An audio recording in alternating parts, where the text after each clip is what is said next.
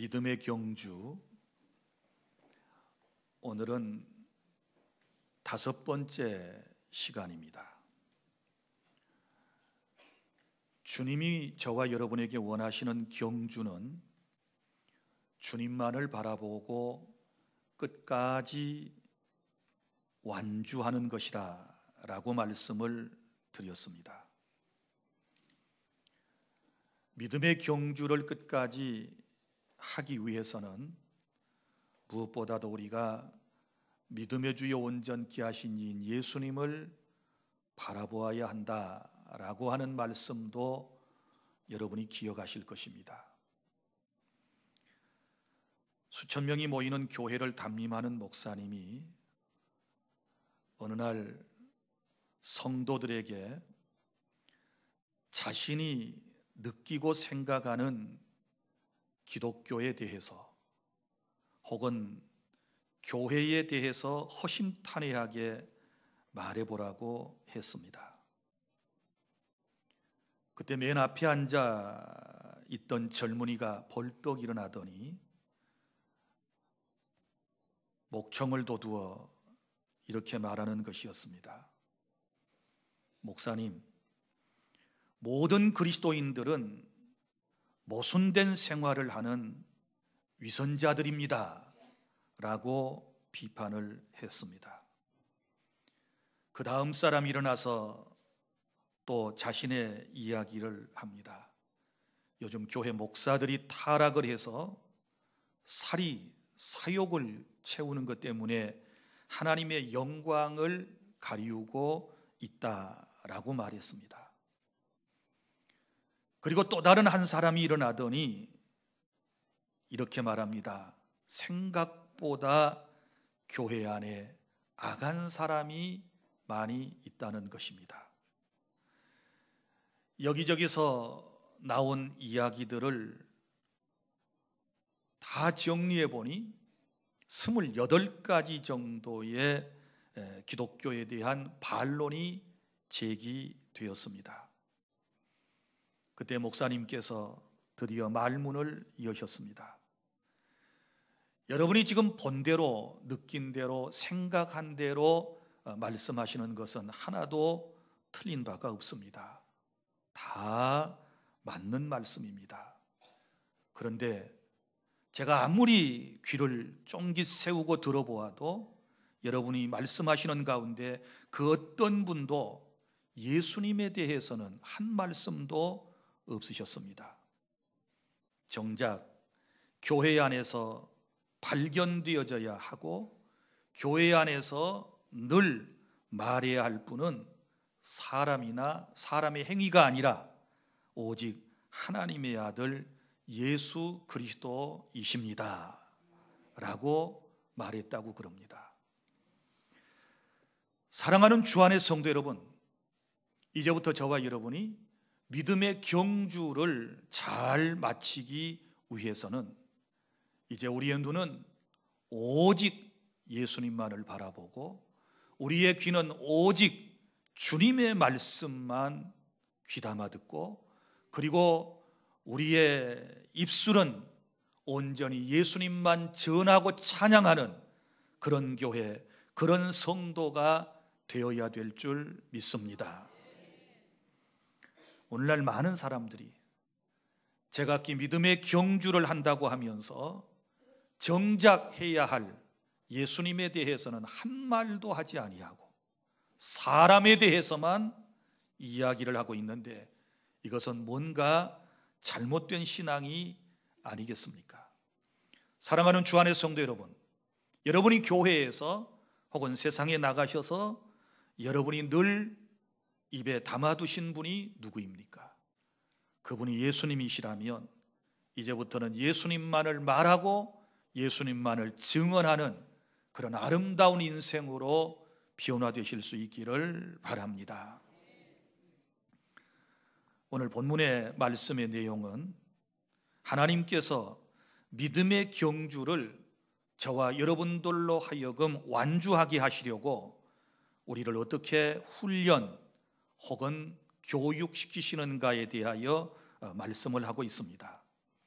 하나님의 훈련 방법은 고난을 통한 훈련 방법인데, 이것을 오늘 본문은 징계라고 하는 단어를 사용하고 있습니다. 여러분이 잘 아시는 것처럼 고난이라고 하는 것은 크게 두 가지 유형으로 나뉠 수 있습니다. 우리가 세상에 살면서 많은 고난을, 그리고 고통스러운 삶을 살아가야 할 때가 있는데, 먼저는 타인의 잘못으로 인해 오는 고난이 있습니다. 자기 자신은 아무런 잘못도 없는데도 불구하고 타인이 잘못해서 어려움을 겪는 경우가 있는 것입니다. 예를 들어서 음주 운전자가 이제 갓 걷기 시작한 어린 생명을 교통사고로 그를 다치게 했다거나 그를 사망에 이르게 하는 것은, 여러분, 그것은 하나님의 징계도 아니고 하나님의 심판도 아닌 또 다른 하나님의 목적이 있다는 사실을 우리는 잘 알고 있습니다. 그리고 또 한 가지의 고난은 자신의 죄로 말미암아 자신도 고통과 고난을 받고, 그리고 타인들도 나의 죄 때문에 고난과 고통을 당하는 경우가 있습니다. 우리의 삶 속에는 이 두 가지 경우의 고난이 존재하고 있는 것이고, 우리는 이런 고난의 현장 가운데 살아가고 있기 때문에 고난을, 그리고 하나님께서 우리에게 내리시는 징계를 성경적으로 올바로 정립하고 이해하는 신앙을 가져야 하는 것입니다. 여러분, 우리가 고난, 고통, 이런 것들의 의미를 다 이해할 수는 없고, 또 제가 짧은 입술로 여러분들에게 다 완벽하게 설명해 낼 수는 없지만, 분명히 우리가 믿고 아는 것은 그것이 우리에게 유익이 된다는 것이고, 특별히 우리 그리스도인들에게 있는 하나님의 징계는 큰 의미가 있다는 사실을 오늘 본문을 통해서 깨닫는 시간이 될 수 있기를 바랍니다. 사랑하는 여러분, 우리가 이 설교를 들으면서 용어를 정리할 필요가 있습니다. 자, 우리는 누군가가 죄를 지어서 어떤 어려움을 겪게 되면 벌받았다, 이렇게 표현하기도 합니다. 그리고 또 어떤 경우에는 징계를 받았다라는 말을 쓰기도 합니다. 엄격히 여러분들에게 구별해서 말씀을 드린다면, 여러분, 예수님을 믿는 사람들도 잘못할 수 있고, 잘못하면 하나님께로부터 이제 징계를 받게 되는 것입니다. 그래서 예수님을 믿다가 내가 잘못해서 오는 것들을 하나님의 징계라고 말하고, 예수님을 믿지 않는 불신자들이 죄를 지어서 어떤 벌을 받게 되는 것을 우리는 형벌이라고 그럽니다. 여러분, 우리는 죄에 대한 우리의 모든 형벌은 예수님께서 저와 여러분을 대신하여 다 처리해 주셨기 때문에, 이제 우리가 혹여 이 땅에 살아가면서 예수님을 믿다가 잘못된 길, 그릇된 삶을 살아가게 되면 우리는 형벌이 아니라 징계를 받는다는 사실을 기억해 주시기를 바랍니다. 그런데 이 징계는 5절에 어디에서부터 시작되는가를 아셔야 합니다. 또 아들들에게 구원하는 것 같이 너희에게 권면하신 말씀도 잊었도다 일러스되, 이렇게 말씀을 하고 있습니다. 여기 무슨 얘기인가 하면, 너희에게 권면하신 말씀도 잊었도다. 사람이 왜 징계를 받는가?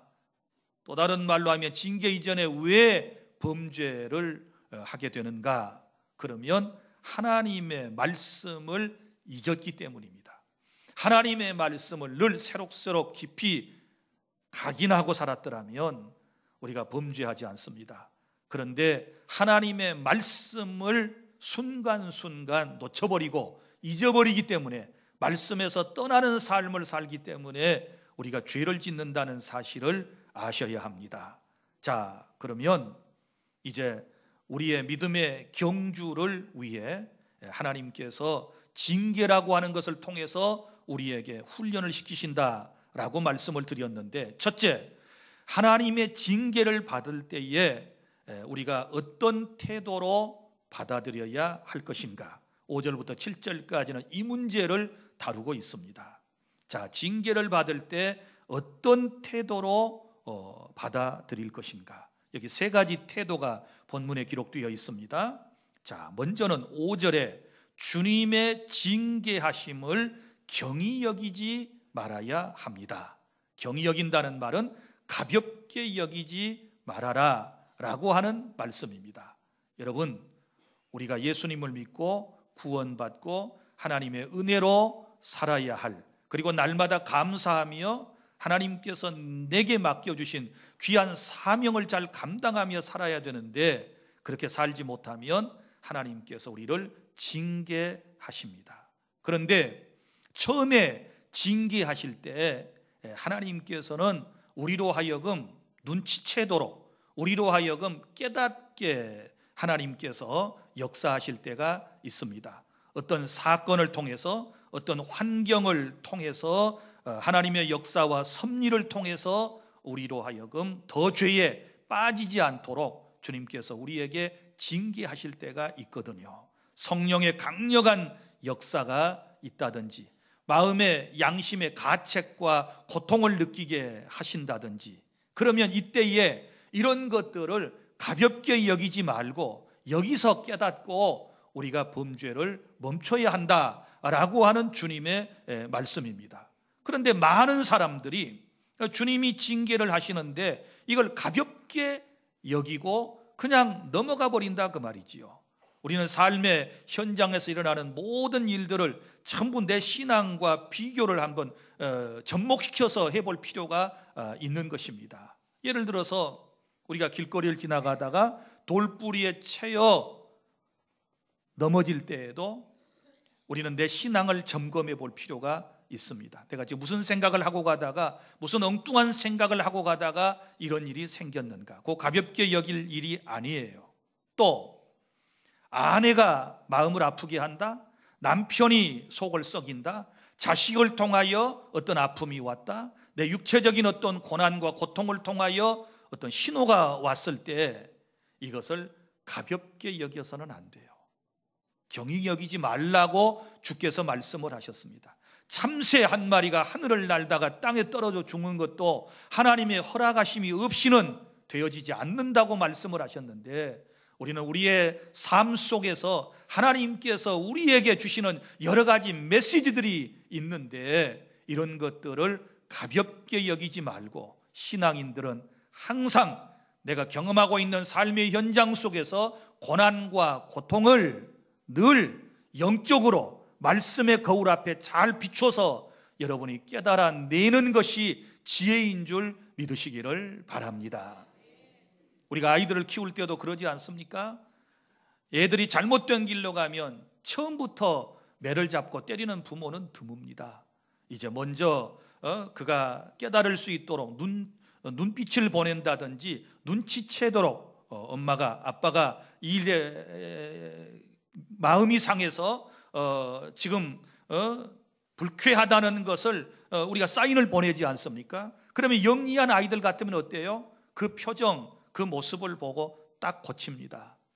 자, 그런 사인을 보냈는데도 안 되면 말로 하지 않습니까? 말이 나가죠. 너 이러면 안 돼, 너 그렇게 해서는 안 돼 라고 말합니다. 그래도 안 되면 그때 이제 매를 드는 것처럼 우리 하나님께서도 이런 여러 가지 방법을 통해서 우리를 징계하실 때에 여러분이 가볍게 여기지 말고 꼭 우리의 삶 속에서 일어나고 있는 크고 작은 일들을 통해서 하나님의 음성을 듣고 다시 깨달을 수 있기를 바랍니다.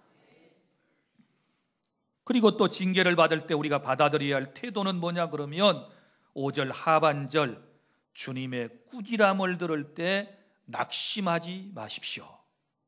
꾸지람을 들을 때 낙심하지 말아라, 이렇게 말씀을 하고 있습니다.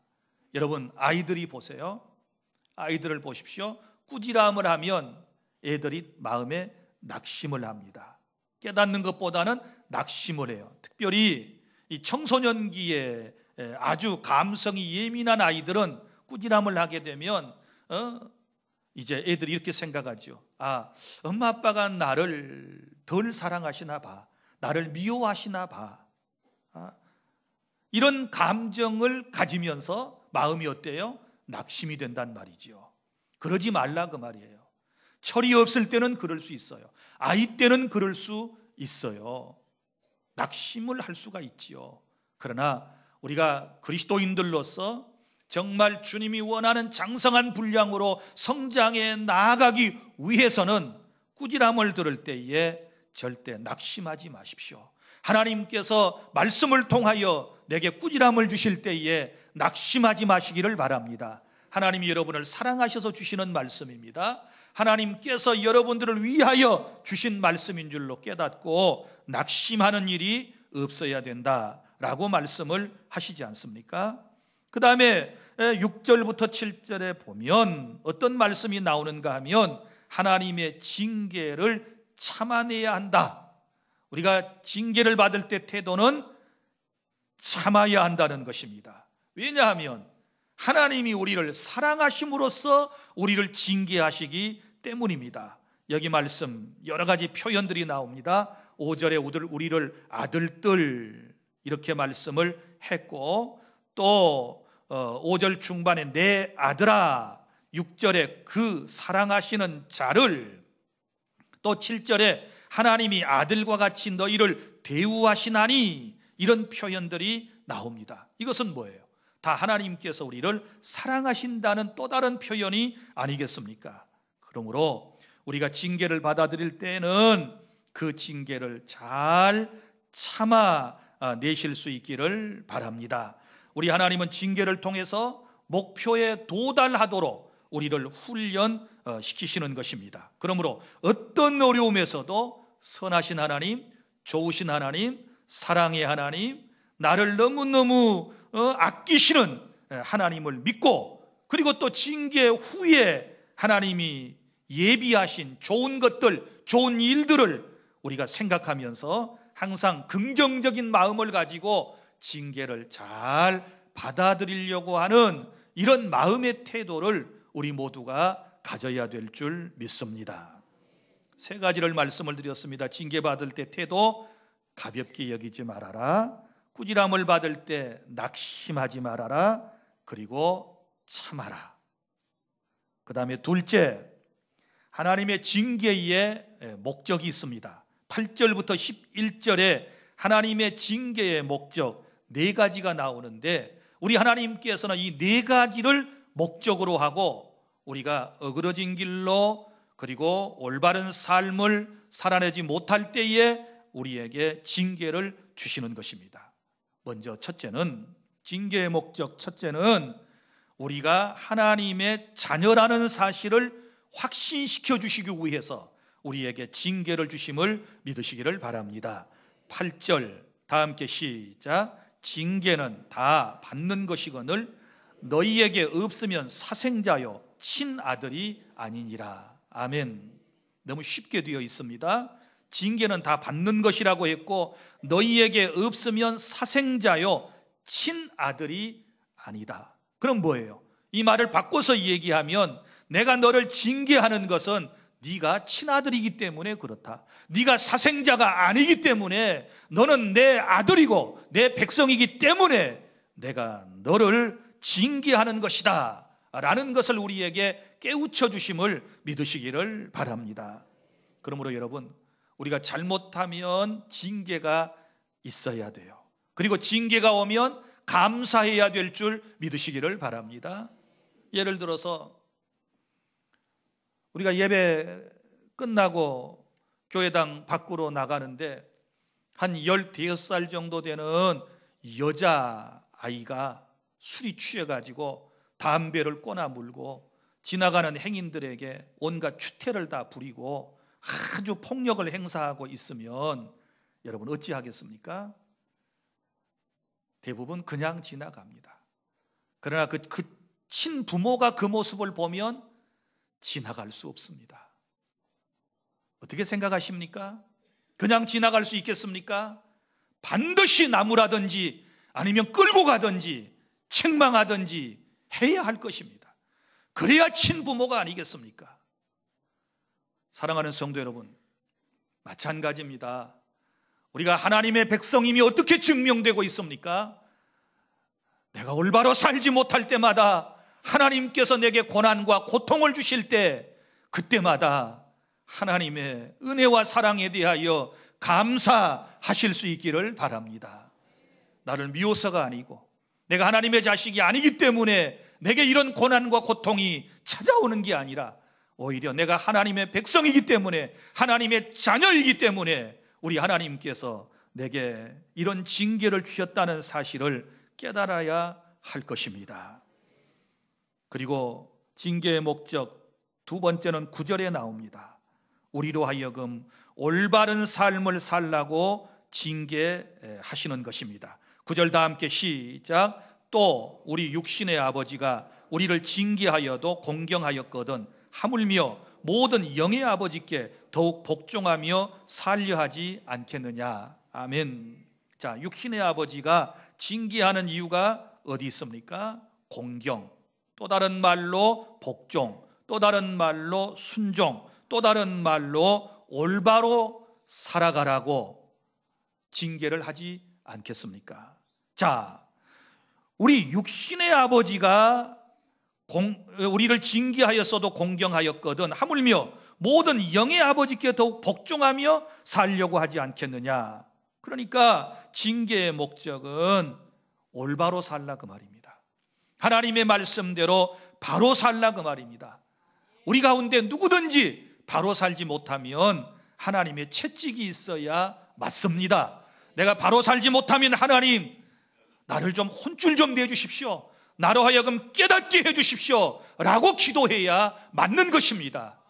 그냥 어물쩍 슬쩍 넘어가서 될 일이 아닙니다. 그렇게 되면 사생자요, 그렇게 되면 참 아들이 아니니라, 이렇게 주님은 우리에게 말씀을 하셨습니다. 그래서 우리의 삶을, 잘못된 삶을 교정하실 목적으로 우리에게 징계를 주시기 때문에 우리가 징계가 오면, 고난이 오면 그 고난을 통해서 뭔가 하나씩 하나씩 말도 바꾸고 내 삶도 바꾸고 내 마음도 바꾸고 나의 잘못된 모든 것들을 하나씩 바꾸어서 주님이 원하시는 삶으로 여러분이 온전히 성화되어 갈 수 있기를 바랍니다. 그 다음에 세 번째 목적이 나옵니다. 징계의 목적 10절입니다. 다 함께 시작. 그들은 잠시 자기의 뜻대로 우리를 징계하였거니와 오직 하나님은 우리의 유익을 위하여 그의 거룩하심에 참여하게 하시느니라. 아멘. 자, 왜 우리를 징계하신다고 그랬습니까? 우리의 유익을 위하여 거룩하게 하시려고. 할렐루야. 자, 여기 보십시오. 육신의 아버지의 징계의 목적과 우리 하나님 아버지의 징계의 목적이 다릅니다. 10절, 그들은 육신의 아버지를 말합니다. 잠시, 영원히 아닙니다. 어렸을 때만 아마 가능할 겁니다. 징계가 크면 말 안 들으니까. 자, 누구의 뜻대로? 자기의 뜻대로 자식을 키우려고 징계하는 겁니다. 자기가 원하는 사람을 만들어 보려고 징계를 대부분 하는 것입니다. 그래서 자기의 뜻대로 우리를 징계하였거니와. 여러분 어떻습니까? 여러분이 여러분의 자녀를 양육하시고 징계하실 때 어떤 목적을 가지고 있습니까? 이 말씀대로 여러분의 어떤 뜻을 이루기 위하여 자녀를 나무라고 자녀를 징계하는 것은 아니겠습니까? 자, 그런데 오직 하나님은, 우리 하나님은 우리의 유익을 위하여, 할렐루야, 자기의 유익이 아니라 지금 말씀을 전하고 듣는 저와 여러분들의 유익을 위하여 하나님께서 징계하신다고 말씀을 하시지 않습니까? 우리의 유익입니다. 그러니까 징계는 내게 뭐예요? 내게 유익이에요. 내게 유익. 그런데 이 징계의 유익이 뭐예요? 그의 거룩하심에 참여하게 하시느니라. 그의 거룩하심은 하나님의 거룩하신 성품에 참여한다. 징계를 통하여 우리를 거룩한 하나님의 백성으로 만들어 가신다. 성경은 분명히 우리에게 말씀합니다. 레위기 11장 45절, 베드로전서 1장 16절, 내가 거룩하니 너희도 거룩할지니라. 우리를 거룩한 하나님의 백성 만들어서 우리를 유익하게 하시려고 우리를 징계하신다는 사실을 기억하고 징계를 통하여 더욱 거룩한 주님 닮아가는 주님의 마음을 갖는 우리 모두가 될 수 있기를 바랍니다. 그 다음에 징계의 네 번째 목적이 11절에 나옵니다. 11절 다 함께 시작. 무릇 징계가 당시에는 즐거워 보이지 않고 슬퍼 보이나 후에 그로 말미암아 연단받은 자들은 의와 평강의 열매를 맺느니라. 아멘. 의와 평강의 열매를 맺게 하기 위하여 우리를 징계하신다라고 말씀을 하고 있습니다. 그런데 여러분, 무릇 징계가 당시에는 즐거워 보이지 않는다고 말합니다. 징계받을 때, 고난과 고통을 받을 때 즐거워하는 사람이 누가 있겠습니까? 이게 슬퍼 보인다 그랬습니다. 슬퍼 보입니다. 여러분, 징계를 받을 때에 우리의 모습은 찌그러집니다. 우리는 너무너무 고통스러운 모습입니다. 그러나 여러분, 그 뒤에 나오는 말씀을 보십시오. 후에, 이 말은 징계 후에 그로 말미암아, 징계로 말미암아 연단받은 자들은, 징계의 목적이 또 하나 나옵니다. 연단이죠. 연단받은 자들은 의와 평강의 열매를 맺느니라. 할렐루야. 의와 평강의 열매가 무엇입니까? 의롭게 된다는 말입니다. 의로운 삶을, 올바른 삶을 살아가면 어떤 열매가 맺힐까요? 마음의 평강의 열매가 맺게 될 것입니다.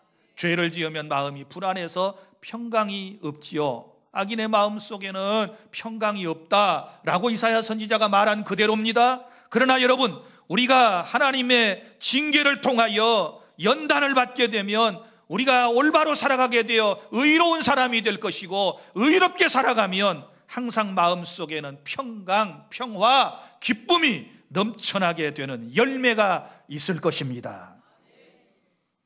그래서 이 네 가지 목적을 이루시기 위해서 우리를 징계하신다. 그러므로 징계를 받고 계신 여러분들은 지금 이 네 가지 목적을 이루어 가는 것이 옳지 않겠습니까? 징계를 통하여 내가 힘들고 어렵지만 그래, 나는 버림받은 자식이 아니고 하나님의 친아들이구나, 하나님 나라의 백성이구나 라고 하는 확신을 징계 가운데서 가지실 수 있기를 바랍니다. 그리고 나로 하여금 올바른 삶을 살라라고 고난을 통하여, 고통을 통하여 나를 징계하시는구나, 내 삶을 바꾸자. 그리고 우리가 거룩한 주님의 나라 백성으로, 거룩한 사람으로 우리가 살아나가게 될 때 우리에게 유익이 되어서 의와 평강의 열매를 주렁주렁 우리의 삶 속에서 맺게 될 줄로 믿으시기를 바랍니다. 셋째, 12절부터 13절, 이런 하나님의 징계를 잘 감당해내려면 어떻게 해야 할까요? 하나님의 징계를 잘 감당해내기 위해서 주님이 우리에게 주신 말씀이 있습니다. 12절 시작. 그러므로 피곤한 손과 연약한 무릎을 일으켜 세우고. 아멘. 여기 피곤, 연약함이 나옵니다. 피곤한 손, 연약한 무릎, 이것은 지금 낙심되고 절망되어 있는 성도들의 모습을 말씀을 하고 있습니다. 자, 여러분, 우리가 이 징계를 잘 감당해내려면, 그리고 우리가 믿음의 경주를 완주하려면 지금 일어나야 되는 것입니다. 피곤한 손과 연약한 무릎을 일으켜 세워야 하는 것입니다. 그럼 어떻게 가능할까요? 어떻게 우리가 내 삶을 일으켜 세울 수 있나요? 내가 노력하고 내가 열심히 산다고 해서 일으켜 세워질 수 있나요? 여러분, 성경은 분명히 말씀을 합니다. 에베소서 6장 10절, 주 안에서와 그 힘의 능력으로 가능하다고 말씀을 합니다. 주 안에 있을 때 그 힘의 능력, 성령의 능력으로 우리가 일어설 수 있음을 믿으시기를 바랍니다. 그리고 디모데후서 2장 1절, 예수 그리스도 안에 있는 은혜 속에서 강하여진다 라고 말씀을 합니다. 은혜를 받아야 일어날 수 있습니다.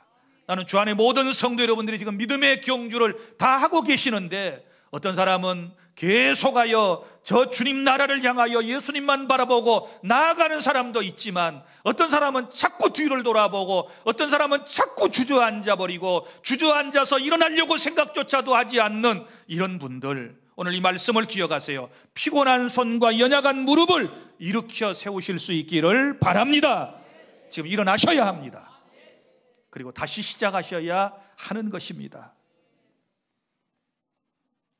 어제 저녁에 여러분들이 평창에서 열리는 동계 올림픽을 보셨을 거예요. 어제 우리 선수들이 금메달을 몇 개 땄습니다. 그 중에 동메달을 딴 선수가 있습니다. 아마 적어도 금메달, 은메달 정도는 기대를 하고 우리 2명의 선수가 한 조에서 레이스를 했습니다. 그런데 안타깝게도 우리 2 선수가 레이스를 하다가 다 미끄러져 가지고 넘어져 버리고 말았습니다. 그런데 넘어진 2명의 한국 선수 가운데 1명이 다시 일어나서 힘껏 달렸습니다. 스케이트를 탔습니다. 그리고 3등으로 들어와서 동메달을 확보했습니다. 사랑하는 여러분, 우리는 넘어졌지만 다시 일어나야 합니다. 우리 한국의 여자 선수들이 넘어져 가지고 이제는 놓쳤구나, 금메달을 놓쳤구나 생각했는데 다시 일어나서 계속해서 경주를 하지 않습니까? 그리고 메달을 땄지 않았습니까? 사랑하는 주 안의 성도 여러분, 여기서 포기하지 말고, 여기서 주저앉지 말고, 나는 여러분들이 다시 주의 이름으로 일어서시기를 바랍니다. 그리고 끝까지 경주를 하시기를 바랍니다.